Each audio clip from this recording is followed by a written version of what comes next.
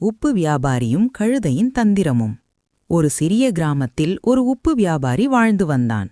அவன் தினமும் தனது கழுதையின் முதுகில் உப்பு மூட்டைகளை ஏற்றி ஊருக்குள் சென்று வியாபாரம் செய்து வருவான். அவன் செல்லும் வழியில் ஒரு ஆறு இருந்தது.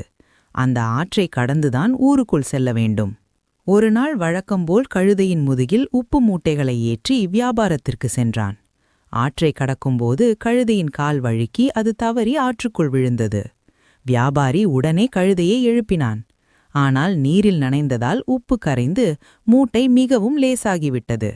இதனால் கழுதைக்கு சுமை இல்லாமல் போனது. கழுதை இதைக் கண்டு மகிழ்ந்தது. ஆனால் வியாபாரிக்கு நஷ்டம் ஏற்பட்டது. மறுநாளும் வியாபாரி உப்பு மூட்டையை ஏற்றி சென்றான். இந்த முறை கழுதைக்கு முந்தைய நாள் நடந்தது நினைவுக்கு வந்தது. ஆற்றருகே வந்ததும் அது வேண்டுமென்றே தடுமாறி ஆற்றுக்குள் விழுந்தது. மீண்டும் உப்பு கரைந்து சுமை குறைந்தது. இப்படி கழுதை தொடர்ந்து தந்திரமாக நடந்து வந்தது. இதனால் தினமும் வியாபாரம் கெட்டதால் வியாபாரி கழுதையின் செயலை கவனிக்கத் தொடங்கினான். அப்போது கழுதை வேண்டுமென்றே ஆற்றில் விழுந்ததை பார்த்து அதன் தந்திரத்தை புரிந்து கொண்டான். அடுத்த நாள் வியாபாரி உப்பு மூட்டைக்கு பதிலாக பஞ்சு நிரம்பிய மூட்டையை கழுதையின் முதுகில் ஏற்றினான். கழுதை வழக்கம் போல ஆற்றில் விழுந்தது. ஆனால் பஞ்சு நீரில் நனைந்து மிகவும் கனமாகிவிட்டது.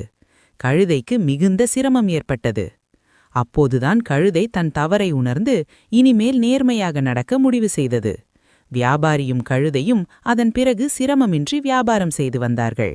நீதி: நம்மை நம்பியவர்களை ஏமாற்றினால் ஒரு நாள் அதற்கான விளைவை நாமே அனுபவிக்க வேண்டி வரும்.